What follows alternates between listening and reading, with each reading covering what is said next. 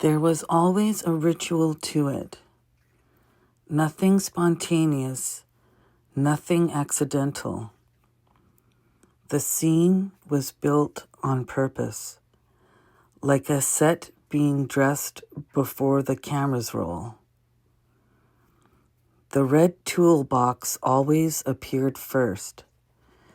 It wasn't storage, it was a signal. If the toolbox appeared, you moved. If the toolbox moved, you followed.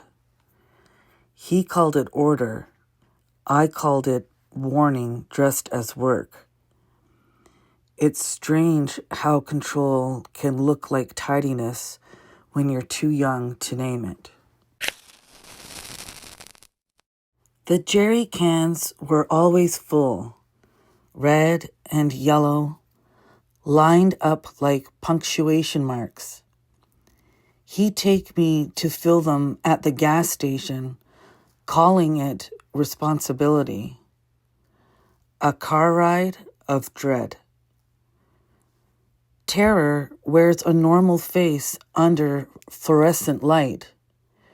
You buy a coffee, you fill a tank, and no one notices what you're carrying home. The plastic had to be cut, folded, stacked, everything neat, like we were preparing for something sacred. But it wasn't sacred. It was control dressed as order.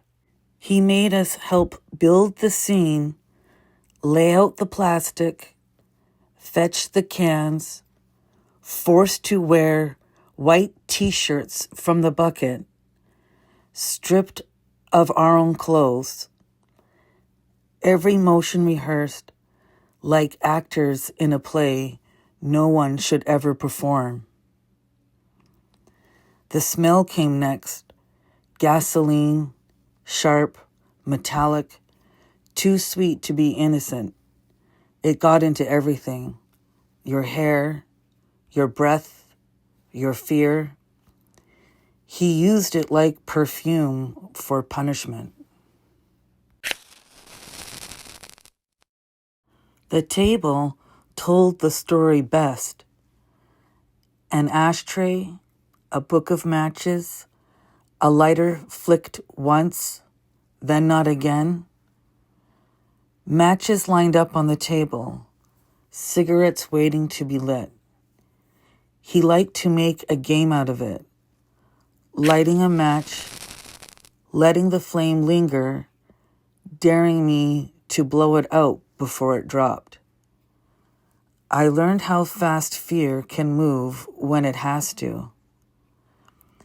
Sometimes he light a match and let it burn to his fingers, just to prove he could stop anything in time. Sometimes he'd hand me the match and say, "Show me you can be fast."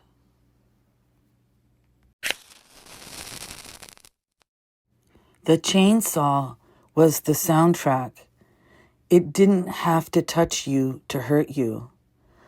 The sound alone carved its way in.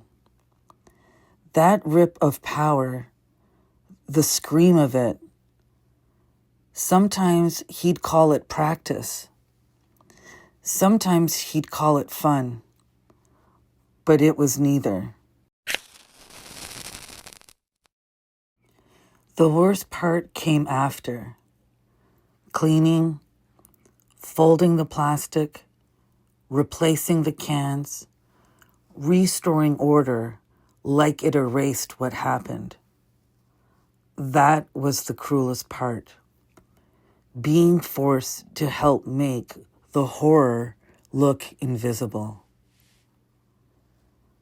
But memory doesn't fold that way. The scent stays, the sound stays, and eventually the fire you were once terrified of becomes the light you walk toward. Now, when I smell gasoline, I think of ignition, engines, creation, movement. When I hear a chainsaw, I think of clearing space for something to grow. The same sounds that once meant danger now mean freedom. I survived the ritual, but I also rewrote it. The gasoline no longer burns. It powers me forward. The chainsaw no longer hunts. It cuts a path through what was meant to hold me back.